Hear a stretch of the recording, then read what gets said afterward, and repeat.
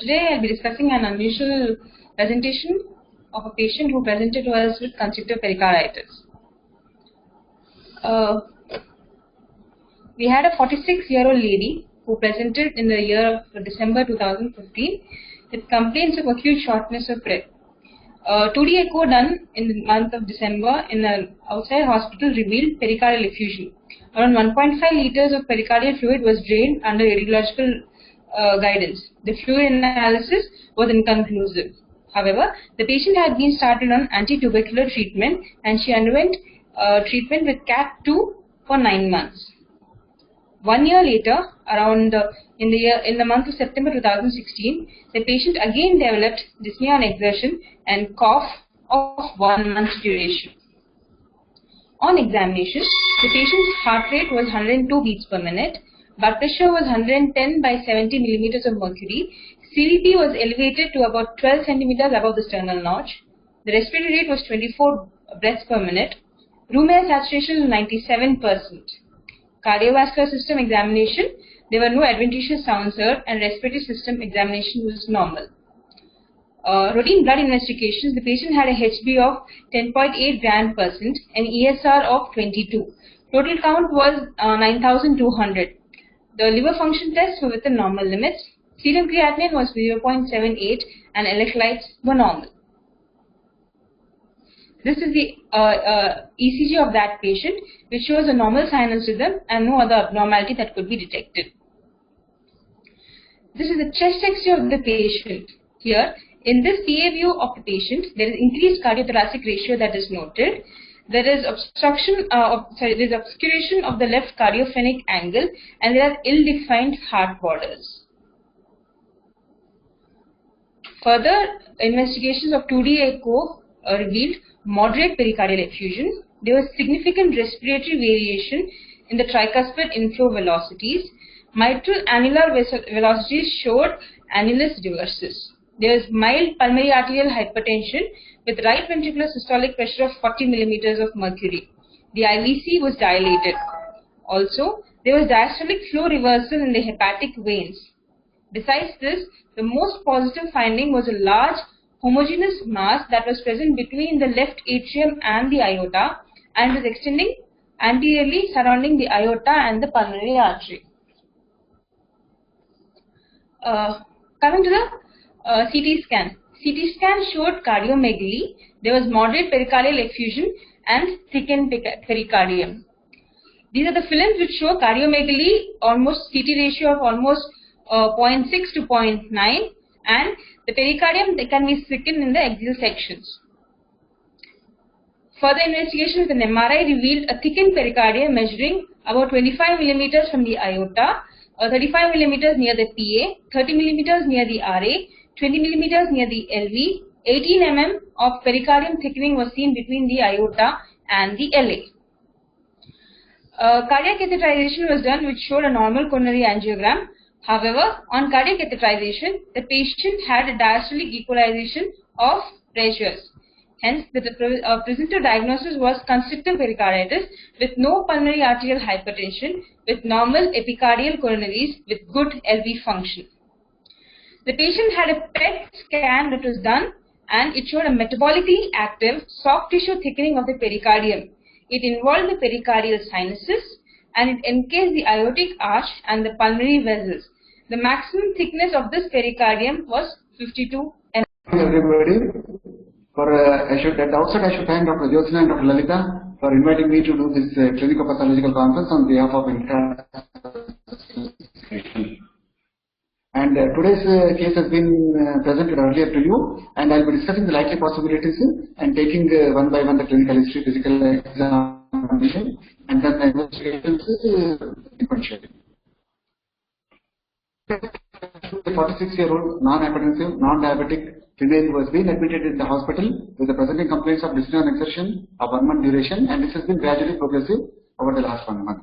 She also has a history of peripheral edema in the form of edema on both the legs, and she also has a history of forward heart failure in the form of generalized weakness and easy fatigability. And she also gives history of palpitations. The important negative history she gives is no history of orthopnea, no history of fever, cough and weight loss. So at this stage, let us consider only with the presenting complaints in a middle-aged female who comes to us with progressive shortness of breath of 1 month duration and pedal edema and easy fatigability. What are the likely possibilities? In our country, anemia remains the first possibility in such type of an individual, even though it is more common in people who are of premenopausal age. Still, anemia with hyperproteinemia should be considered in our country as one of the possibilities, and when the patient may be, especially from poor socioeconomic background, their malnutrition may be the cause. As a cardiologist, the first thing which comes to our mind in such a case will be congestive heart failure. Whenever we are dealing with a person who has a congestive heart failure, we should try to know whether the patient has signs and symptoms of right heart failure, left heart failure, or biventricular failure. This patient has peripheral edema, which is one of the symptoms of a right heart failure, and she also has a history of generalized weakness and easy fatigability, which tells to us, and shortness of breath and exertion, which tells us that the patient has forward as well as backward left heart failure. And the same easy fatigability and generalized weakness are also the symptoms of low output, low cardiac output state. Whenever a doctor is dealing with a congestive heart failure, we should be aware of two important things. One is, what is the underlying heart disease which has contributed to the congestive heart failure, and does the patient have any precipitating factors which have decompensated the patient, and the treatment of which will make the patient compensated again. In a middle-aged congestive heart failure, as we all know, is the inability of the body to pump blood commensurate with the requirement of the metabolism tissues of the body, or the ability to do so only with elevated filling pressures. And this generally occurs when the patient has some underlying structural heart disease. What is the underlying heart disease which we should consider in this case? In a middle-aged female in our country, the first thing probably which comes to our mind is mitral valve disease, which may be mitral stenosis or mitral regurgitation, which can be, the patient will have shortness of breath and exertion, and patient may also have signs and symptoms of right heart failure. Okay, and most of the time they may have atrial fibrillation as the precipitating factor, respiratory tract infection as the precipitating factor. The other underlying structural heart diseases which need to be considered in this case include dilated cardiomyopathy, restrictive cardiomyopathy, and in our country carpulmonal especially, because the patient, many of our ladies, especially in the villages and all, they are used to use cooking on the chullas, which uses wood and all. Okay, and we have seen quite a few patients who come to us with this type of history and all this one. And carpulmonal, the patient can have shortness of breath and exertion, which is gradually progressive due to involvement of the lungs. And then, as the right heart gets involved, the patient will have signs and symptoms of right heart failure. If a middle-aged lady is diabetic, then she loses all the protection she has from coronary artery disease, and CAD should also be considered when the patient comes to us with congestive heart failure, especially of the ischemic cardiomyopathy variety, and if the patient is diabetic. And the other possibilities, of course, remain pericardial disease and connective tissue disorders, which are more common in females. Coming to the same case, which has been, which is presented today for the clinical pathological conference, her past history is very, very significant. The past history, she had pericardial tamponade, which was drained most probably by a pericarditis by catheter-based draining 1 year back. She has taken a complete course of antituberculous therapy, presumably with 4 drugs, and her pericardial fluid analysis is not available. She does not have any history of HIV seropositivity. She has not undergone radiation in the past for any malignancy, and she has not undergone any prior cardiac surgical procedures. With this type of history, probably, I think we are sure we are dealing with a case of underlying pericardial disorder. Now, let us look at the natural history of pericarditis. Whenever a person comes to us with pericarditis and he has been completely treated with ATT as well as that pericardial effusion has been drained, what are the likely possibilities? So we look at this landmark study from Emazio et al., which was published in Circulation 2011. They studied 500 consecutive patients of first episode of acute pericarditis from January 2000 to December 2008. This may be a little different from the pericardial efficiency which we see in our country, where tuberculosis accounts for about 70% of our pericarditis cases. In their series, viral pericarditis was the most common, accounting almost about 4/5 of the cases. But the median follow-up which they have done is almost up to 6 years. What they found, patients within the next 6 years, almost 10 to 30% of the people, they had recurrent pericarditis. The 5-year survival was about 45 to 50%, and among these, the 5-year survival, 60% of them had malignant pericardial effusion. Constrictive pericarditis developed in about 20 to 40% of people with tuberculous pericardial effusions. Now let us look what is the risk of constrictive pericarditis after one episode of acute pericarditis.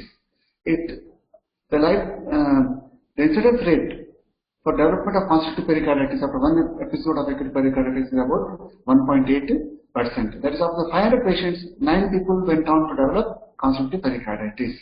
And if we take the incidence of development of CP, it is the highest in purulent pericarditis.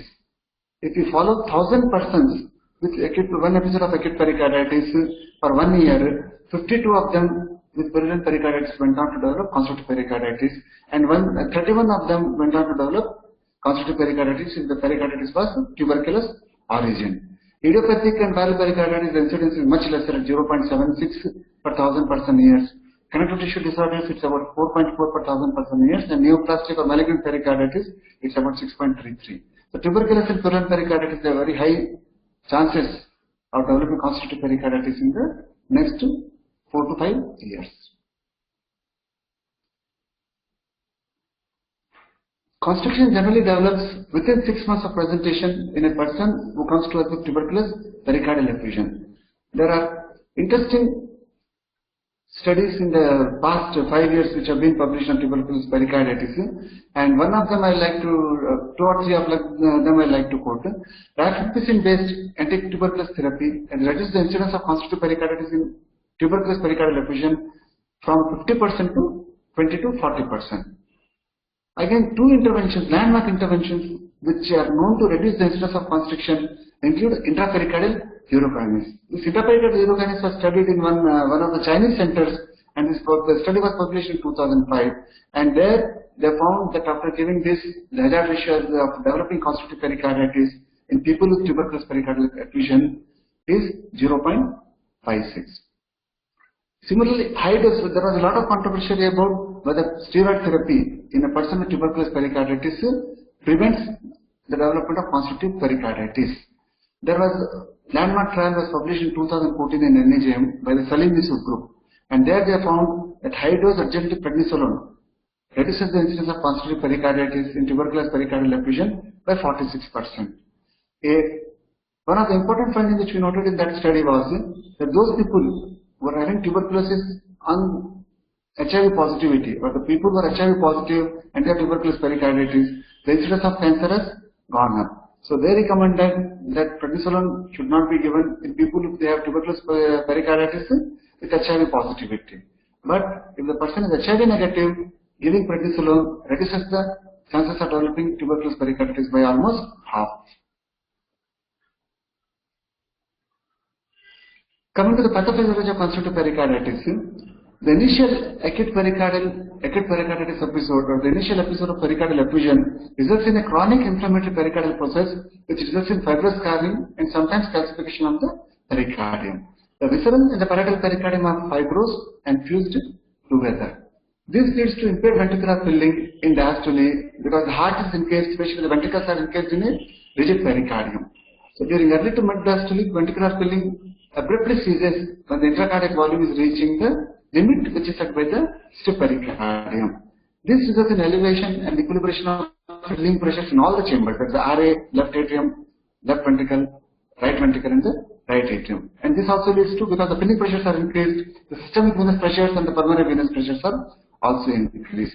So the pathophysiology is characterized by an abnormally rapid ventricular filling in early diastole because of elevated atrial pressures, and then rapid cessation of filling in mid to late diastole.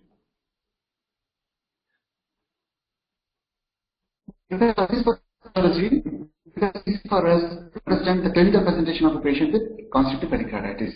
Most of the patients present to us with symptoms and signs of right sided heart failure, which is due to systemic venous congestion. And these include peripheral edema, hepatomegaly, which is congested and which is painful, accumulation of fluid in the abdomen leading to ascites. Patient may also have generalized venous arca, and in the end stages, they may develop jaundice due to cardiac cirrhosis. The patient will also have signs and symptoms which are elevated pulmonary venous pressure in the form of exertional dyspnea, cough, and orthopnea. And in end-stage constrictive pericarditis, the symptoms of chronic low cardiac output are predominant in the form of severe fatigue, muscle wasting, and cachexia. Now coming to our case, today's case, on physical examination she did not have any cyanosis, pallor, or icterus.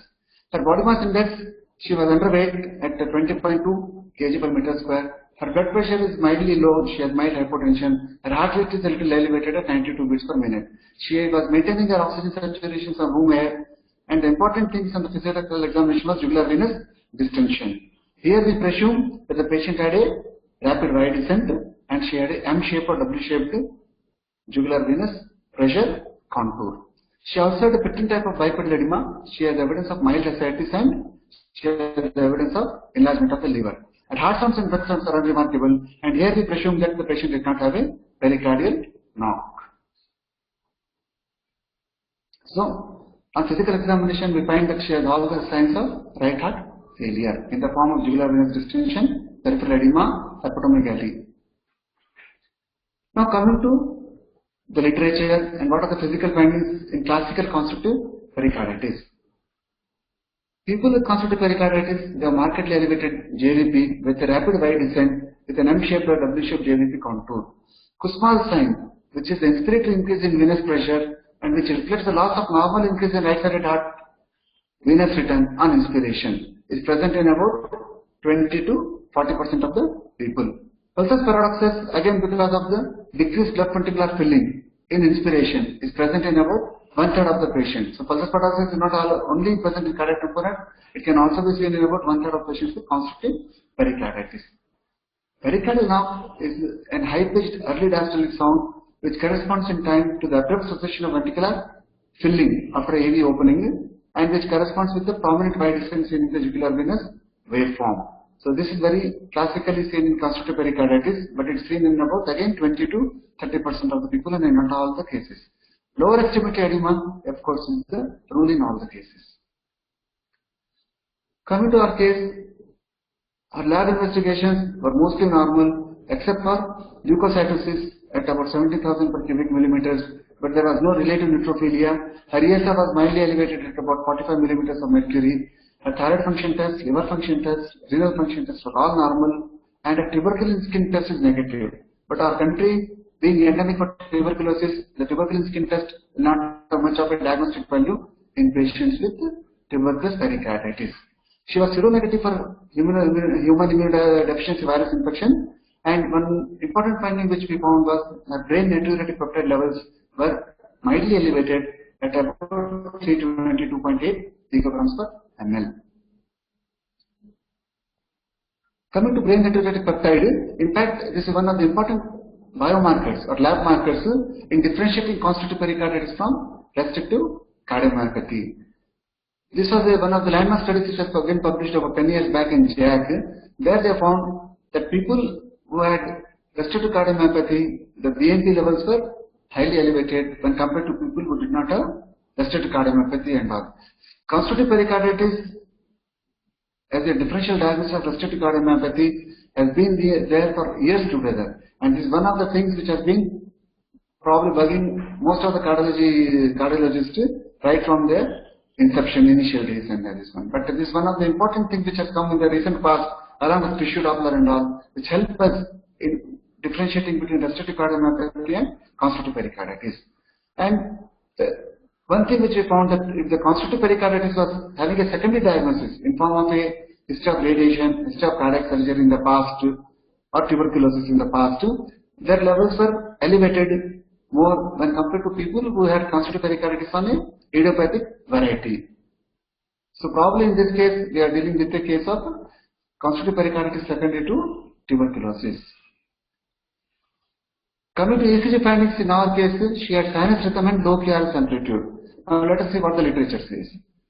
Constrictive pericarditis patients, 22% of them might have evidence of atrial fibrillation. And low voltage KRS complexes are seen in about 27% of people with constrictive pericarditis.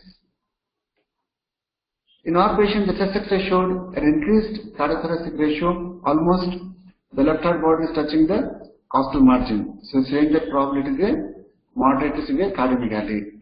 Her left cardiophrenic angle is obscure and she has ill-defined cardiac bodies.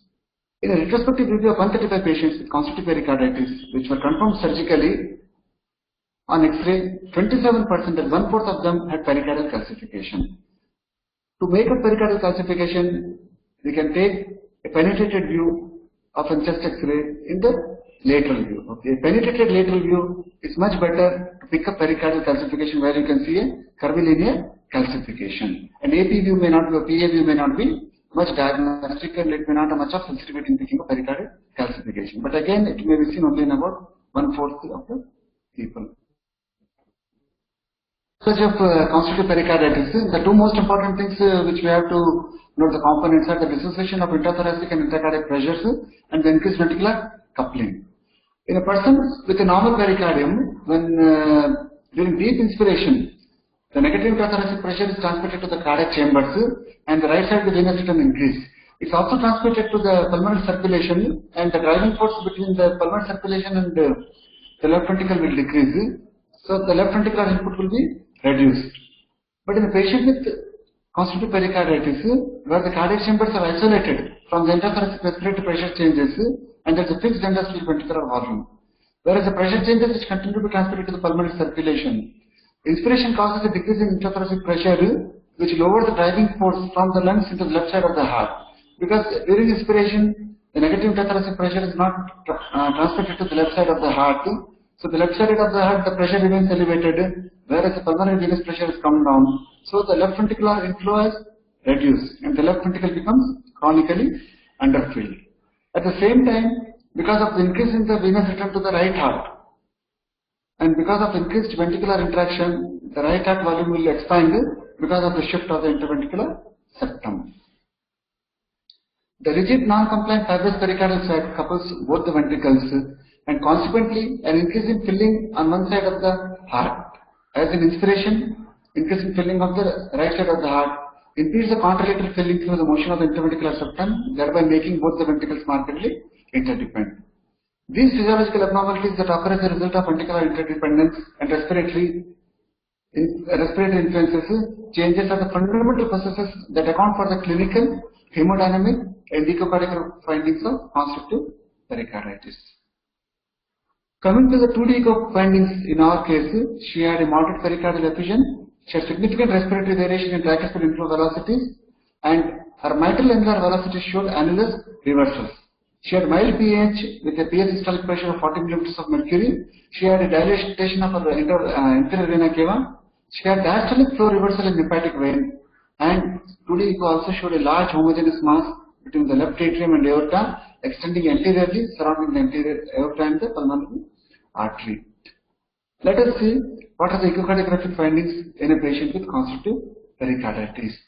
One of the landmark findings right from the 1970s, which has been discovered in constrictive pericarditis and MOD echocardiography, is the septal shudder or septal bounce. What is septal shudder or septal bounce? There is an abrupt posterior motion of the ventricular septum in early diastolic with inspiration. And why does this occur? This occurs because of decreased left ventricular inflow and increased right ventricular inflow at the starting of the diastole. Here we can see that this is the abrupt downward movement of the septum. Abrupt ventricular at the start of the ventricular diastole towards the left ventricle because of increased right heart flow and decreased left heart flow. The other characteristic findings in constrictive pericarditis on echocardiography are the rapid posterior motion of the left ventricle posterior wall in early diastole followed by a flattening. This corresponds to the dip and plateau pattern on right heart catheterization. As you can see, there is a flattening of the posterior wall movement and there is an abrupt posterior movement of the posterior wall movement at the starting of the diastole. The inferior vena cava and hepatic veins are of course plethoric and dilated, which was present in our patient also. Other findings which we can see in constrictive pericarditis and MO and 2D echocardiography include increased pericardial thickness. Transesophageal echocardiography has higher sensitivity for measuring the pericardial thickness. The other findings of course include premature opening of the pulmonic wall, which occurs because of increased right ventricular and diastolic pressure.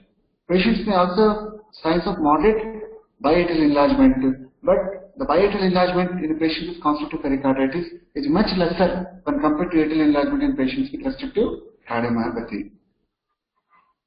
Coming to Doppler echocardiography, mitral inflow velocity, the patient will have increased E velocity because most of the ventricular filling is occurring at the early diastole and hence the E velocity is increased. At the same time, there is an abrupt halt of ventricular filling in mid to late diastole, and this leads to a short deceleration time of mitral inflow that is less than 160 milliseconds. The reduction in left ventricular filling during inspiration causes a reduction in mitral inflow velocity of more than 25%. So, if the E-wave velocity is coming down by more than 25% in inspiration when compared to the expiratory E-wave velocity, this indicates this is likely highly diagnostic of constrictive pericarditis. Similarly, the contralateral ventricle has opposite changes. When the mitral E velocity is reducing or decreasing during expiration, at the same time, because of increased right ventricular inflow, the tricuspid velocity is increasing. And a 40% increase in the tricuspid E-wave velocity during deep inspiration in the first bit after inspiration is again probably characteristic of constrictive pericarditis. Continuing with Doppler echocardiography, the hepatic venous flow. During expiration, the left heart filling increases in constrictive pericarditis. Why the left heart filling is increasing during expiration? During expiration, the interthoracic pressure is increased, and because of this, the pulmonary venous pressure is increased. The left ventricular and diastolic pressure remains the same. So the driving force for the blood from pulmonary vein to the left ventricle increases, and when the left ventricular inflow is increasing, the interventricular septum shifts back to the right ventricle. This leads to a reduced filling of the right side of the heart and also leads to diastolic reversal of flow in the hepatic veins. And as we can see, from here to here, the diastolic reversal has increased during expiration when compared to the inspiration. And a ratio of more than 0.79 in diastolic flow reversal is considered to be diagnostic of constrictive pericarditis. Coming to tissue Doppler echocardiography, the mitral annular velocity may be normal or increased in patients with constrictive pericarditis, and generally the cutoff point may be taken. For some studies they have taken 7 centimeters per second, in other studies it may be about 8 centimeters per second or 9 centimeters per second. And this is a very important differentiating point from restrictive cardiomyopathy, where the mitral annular velocity is reduced as compared to constrictive pericarditis where it is normal or increased.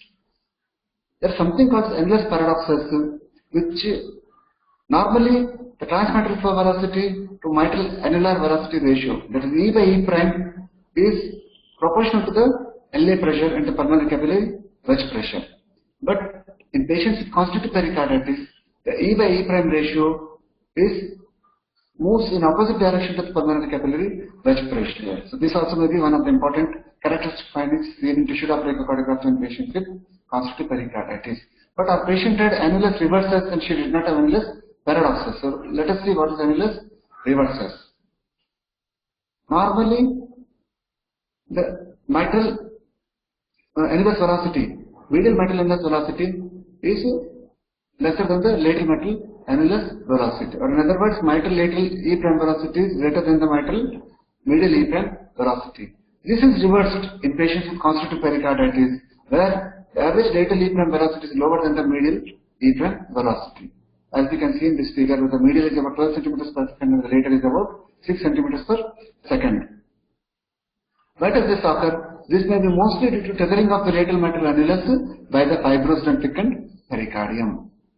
So again, this is one of the characteristics of constrictive pericarditis. The presence of a ventricular septal shift in combination with either a medial E velocity of more than 9 centimeters per second or a hepatic vein expiratory diastolic reversal ratio of more than 0.79. In one of the studies, corresponding the sensitivity of 87% and the specificity of 91% in the diagnosis of constrictive pericarditis. But one must remember that echocardiographic findings are not diagnostic and they may be equivocal in about one third of patients with constrictive pericarditis. That is where the other modalities, especially the newer imaging modalities, come into the picture. Computed tomography or CT scan of the chest is one of the modality of choice to evaluate the thickness of the pericardium. The upper limit of normal is about 2 millimeters, and it is also the modality of choice for picking up pericardial calcification. Thickened pericardium on computed tomography may be found in a multitude of situations, including early postoperative period, uremia, valvular heart disease, especially of rheumatic heart disease, sarcoidosis, or as a consequence of radiation therapy. Okay, so one must remember that increased thickness of the pericardium per se does not prove that the patient is having constrictive pericarditis. And the converse is also true.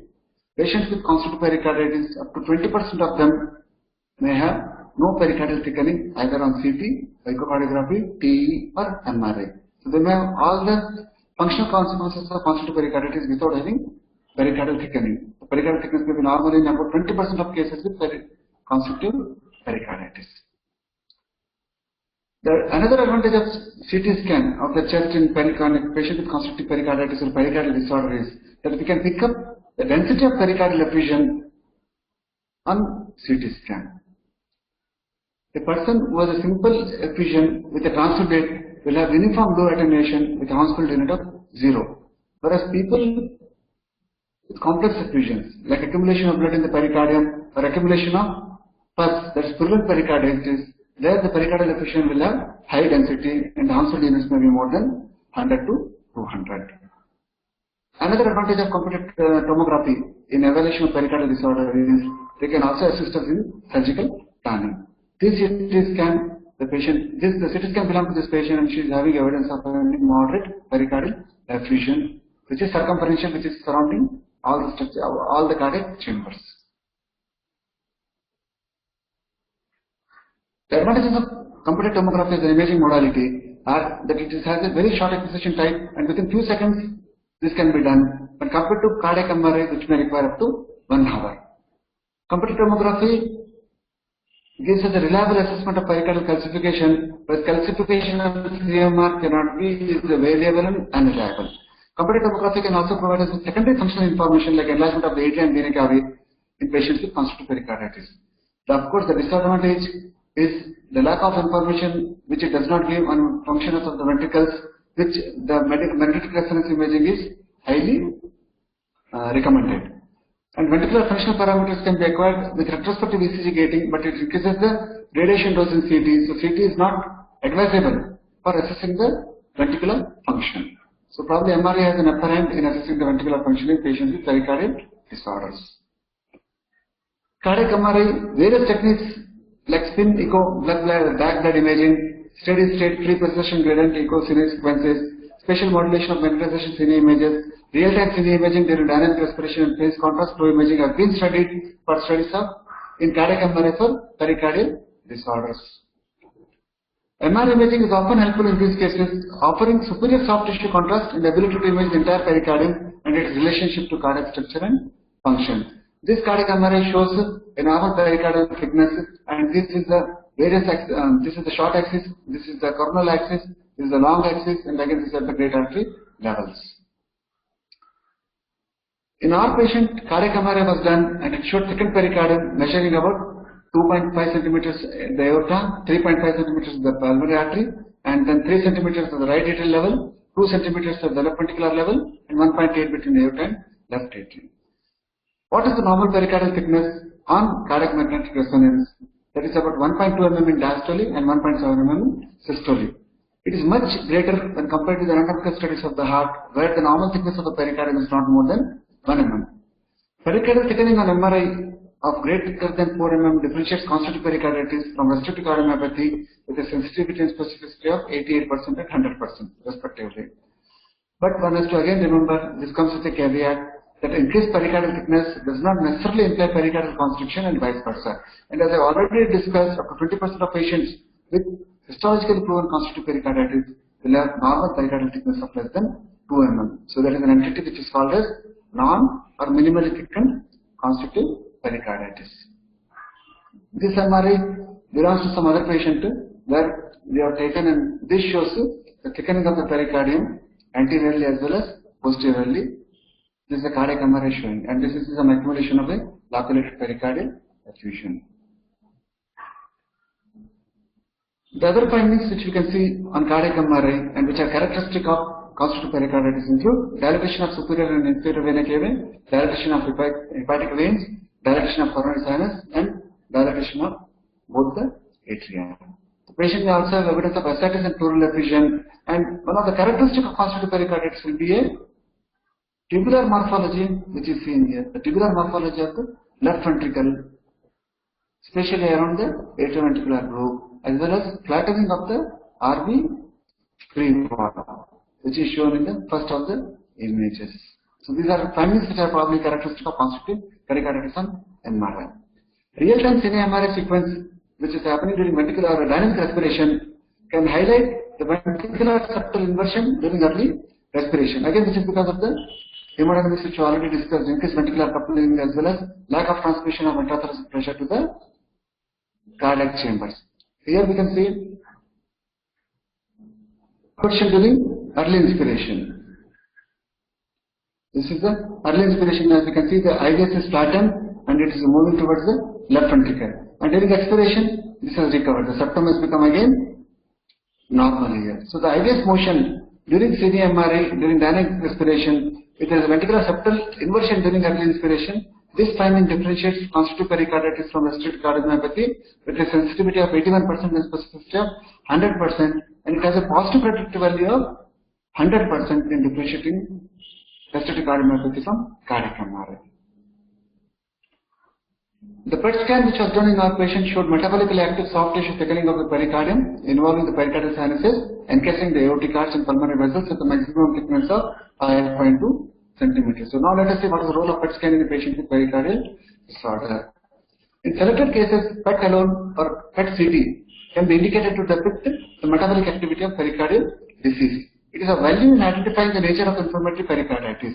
In particular, in tuberculous pericarditis, the FDG uptakes are much higher when compared to people with idiopathic pericarditis.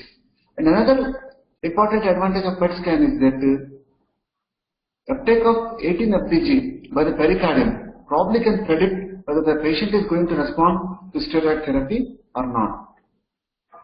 So you can predict the response to steroid therapy by using a PET scan. Now coming to the cardiac epithelium now. Right from the days when echocardiography and of course CT scan and MRI were not available, it was always a dilemma whether the given patient was come to us with all the signs and symptoms of right heart failure, is suffering from a restricted cardiomyopathy, which was again a death sentence for the patient, or if the patient is suffering from constrictive pericarditis, which is eminently treatable, and probably if the patient is presented in early stages, we could treat the patient and give the patient a better life. The cardiac cath was the only solution. Right heart catheterization with the pressure recordings was the only solution probably in those days and all. But I think cardiology has moved much beyond that, and nowadays with the advent of the newer imaging modalities like CT, MRI and PET scan, as well as newer science in the routine echocardiography as well as tissue Doppler echocardiography, cardiac cath is probably not being done unless we are not very sure about the diagnosis. It is not routinely used for the diagnosis of pericardial disease, and as I have already told you, current non-invasive techniques are usually able to solve the differential diagnosis of the patient with suspicion of heart disease involving the pericardium. So it's indicated when the differentiation between CP and RCM is very difficult. At that time, probably we may go for a cardiac cath. In our patient, if you see, the cardiac cath findings are given here. The RA pressure A wave is about 20, V wave is about 9, and the mean RA pressure is elevated at 15 millimeters of mercury. And another interesting finding which we see in our case, the A and V waves are almost equal. A is 20 and V is 19. Normally in RA pressure testing, we expect the A wave to be more than the V wave. Coming to the right ventricle, the RA systolic pressure is 53, which is mildly elevated, and the diastolic pressure is 20 millimeters of mercury, which happens to be more than about 1/3 of the systolic pressure. An elevated RVDP, which is more than 1/3 of RA systolic pressure, is again one of the characteristics of constrictive pericarditis. In restrictive cardiomyopathy, the diastolic pressure will be elevated, but it will not be more than 1/3 of the RV systolic pressure. So this is one of the important differentiating points in constrictive pericarditis versus restrictive cardiomyopathy. The patient also has mild elevation of pulmonary artery pressure, that is systolic pressure is 51 and the pulmonary artery diastolic pressure is 20. A mild PAH goes in favor of constrictive pericarditis, generally where the pulmonary artery pressures will be about 35 to 45 range, whereas moderate to severe PAH again is more in favorable of a restrictive cardiomyopathy. Her pulmonary capillary wedge pressure is elevated about 18 millimeters of mercury. Her LV pressures, if we take the LV systolic pressure appears to be normal, whereas the LV diastolic pressure is 19 millimeters of mercury, which is again elevated. And if you look at the diastolic pressure, one of the interesting points which we see here, that there is an elevation and equalization of the diastolic pressures. The RV pressure is about 50, RV diastolic is about 20, pulmonary artery diastolic is about 20, and the pulmonary capillary wedge pressure is 18, and the LV diastolic pressure is 19. So this elevation and equalization of diastolic pressures, which is within 5 millimeters of mercury, is again one of the most important characteristics of constrictive pericarditis. Whereas in restrictive cardiomyopathy, the difference in the pressure between the different chambers will be more than 5 millimeters of mercury, and if it is less than 5 millimeters of mercury, it goes in favor of constrictive pericarditis. The patient's cardiac index is almost normal at 3.4 liters per minute per meter square, which indicates that the patient is not having an end stage constrictive pericarditis. And the hemodynamic evaluation of RV using a Swan-Ganz catheter revealed a dip and plateau pattern, and this dip and plateau pattern is again very characteristic of constrictive pericarditis. This is the tracing which shows us the dip and plateau pattern. The dip is because of the rapid early diastolic filling, and the plateau is because of the cessation of ventricular filling in mid and late diastole. As I have already discussed, the RA, RV diastolic, pulmonary capillary wedge, and the pre-airway left ventricular diastolic pressures are elevated and equal, are nearly so around 20 millimeters of mercury in patients with constrictive pericarditis. And differences of more than 3 to 5 mm of mercury between left and right side heart filling pressures are rarely encountered. If the difference in diastolic pressure between LV and RV is more than 5 millimeters of mercury, probably we are dealing with a case of restrictive cardiomyopathy and not constrictive pericarditis. The dip and plateau, which is also called as the square root sign, is seen classically in the RV and LV diastolic pressure tracing, and the ANS is often absent. And here you see the other point is RV, which is the red, which is the blue, and LV, which is red pressure tracing, they are almost equalized. So equalization of LV and RV diastolic plateau pressure tracing again goes in favor of a constrictive pericarditis. The other features which you see on cardiac cath are the increase in the RV end diastolic pressure, which is again more than 1/3 of the RV systolic pressure. A greater inspiratory fall in pulmonary capillary wedge pressure compared to the left ventricular diastolic pressure. As I told you, this happens because the negative intrathoracic pressure in inspiration is transmitted to the pulmonary veins, but it is not transmitted to the left ventricle. So the fall in pulmonary capillary wedge pressure on inspiration is much more than the fall in the LV diastolic pressure. Again, this is a characteristic of constrictive pericarditis. And as I already told you, the PA pressure is not much elevated, and it is in the range of 35 to 45 millimeters of mercury. Another important cath finding, which we can find in the cath lab in constrictive pericarditis, is the discordance between RV and LV systolic peak pressures. Here, as we can see, during inspiration, normally the RV pressure is important. Hemodynamic findings in the cath lab, which we see in a patient with constrictive pericarditis, is a discordance between the peak RV and LV systolic pressures. As you have already seen, during peak inspiration, when the negative intrathoracic pressure is transmitted to the pulmonary veins but not transmitted to the left ventricle, there is a decreased left ventricular filling, and the left ventricular systolic pressure decreases. At the same time, as there is increased right ventricular filling, the RV systolic pressure increases. So what's happening during peak inspiration? There is an increase in RV pressure when the left ventricular pressure is lowest. So this is called as discordance between RV and peak LV systolic pressure, and this finding is highly characteristic of constrictive pericarditis. And again, this also indicates one of the indirect signs of increased ventricular interdependence or coupling. Now, when we are dealing with the patient with constrictive pericarditis, what is suggested? Diagnostic approach. Like in RCPC, the patient has all the signs and symptoms suggestive of constrictive pericarditis. When this patient has low voltages on the ECG, non-specific TV changes, and on X-ray the patient has axial pericardial calcification, and if the transthoracic findings and transesophageal findings, echocardiographic findings in the respirometry are suggestive of constrictive pericarditis, then the patient, what we see is that the patient has significant symptoms because of constrictive pericarditis. If the patient has significant symptoms, she will go for pericardectomy, and if the patient is not having mild constriction, then probably she can go for a symptomatic therapy and follow up. And if they are doubtful and constriction is not excluded but remains diagnostic uncertainties and conflicting results, probably we will go for a MRI and CT scan. And still, if that is also controversial, then probably the patient may go for a cardiac catheterization.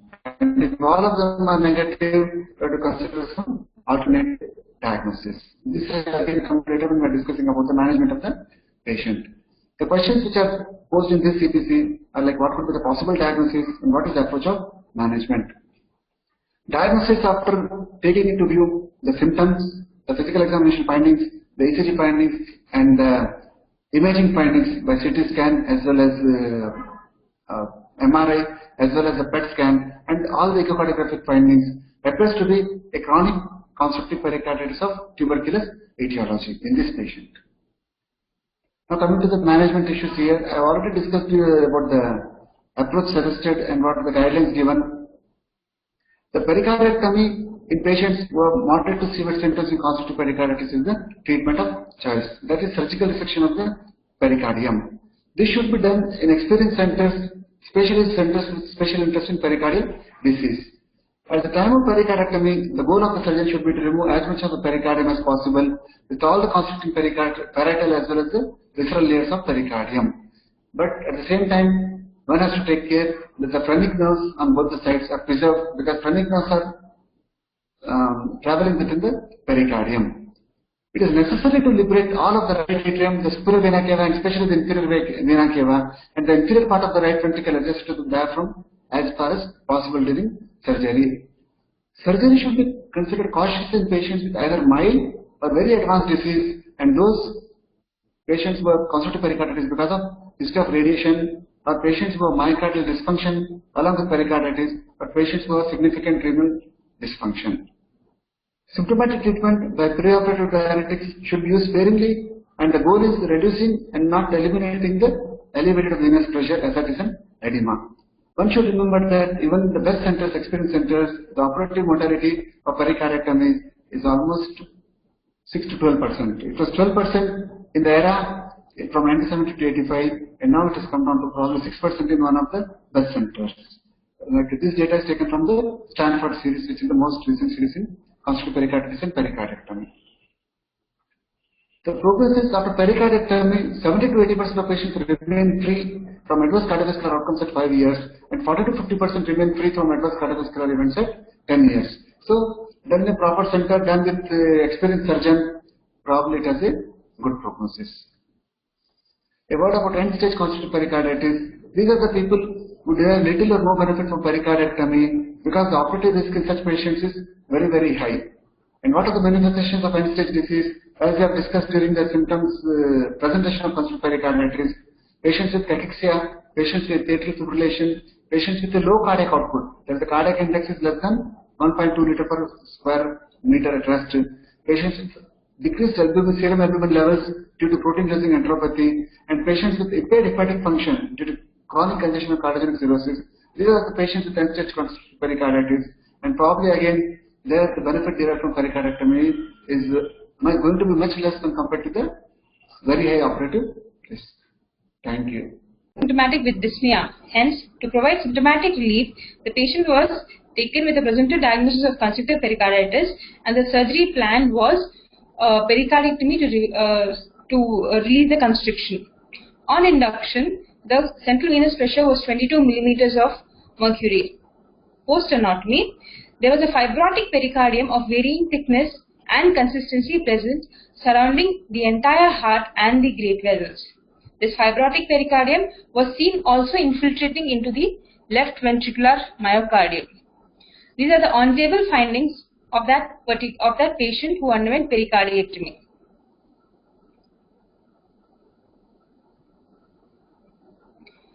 because the pericardium was infiltrating into the myocardium, we could not completely remove the pericardium. Hence, partial removal of the pericardium was done from the aorta, PA, RA and RV. Post procedure, the CVP, which was at the time of induction 22 millimeters of mercury, came down to 10 to 12 millimeters of mercury. The patient was shifted to ICU with stable hemodynamics. She was extubated on post-op day 1, and on post-op she had significant symptomatic improvement with reduction in dyspnea and cough. It was uneventful. The patient has come so far to us for a follow-up of 2 months and she is doing fine. The pericardium that was excised from this patient was sent for histopathology. On histopathology, it was noted that on H&E staining, there were clusters of epithelioid cells with round nucleoli. On further closer examination, these clusters of cells had enlarged nucleus with prominent nucleoli. Specific stains that were done for this patient were positive for calcitonin and D240. Hence, the final diagnosis of this patient was a malignant mesothelioma, which is an epithelioid type. The patient's TNM staging was T4, N0, M0, coming to the stage 4 category. Reviewing the literature that is present for a case of mesothelioma. Mesothelioma is a primary malignant tumor of the epithelial cells of the mesothelium. It's most commonly noted in the pleura, peritoneum and pericardium. However, primary cardiac mesotheliomas are rare and they account for less than 3% of all patients with cardiac tumors. Even then, primary cardiac mesothelioma incidence is noted to be about 0.7%. Most of the diagnosis of a patient with primary cardiac mesotheliomas are made post-mortem. And when even the diagnosis is made, it is made at a stage when it is locally advanced. Fluid analysis of this patient for pericardial fluid is negative, and the most common diagnosis is tissue diagnosis. And even after diagnosis, the survival of this patient is only 10 months. Surgery for this patient is for tissue diagnosis to provide symptomatic relief of the patient like it happened with our case, and for debulking of the tumor. The most common drugs used are adriamycin and cisplatin chemotherapy. There is no role of radiotherapy for these patients. What makes this case different? First of all, it is a primary tumor of the pericardium and it's a mesothelium tumor. The diagnosis of these patients that I already mentioned is not done mostly ante-mortem, it's done post-mortem. And the most common presentation is, though not constrictive pericarditis, in our case it has been constrictive pericarditis, and there is no history of exposure to asbestos, which is one of the most triggering factors for mesothelioma. And surgery for this patient has given symptomatic relief and has made the patient to survive, giving a survival advantage for her. Thank you.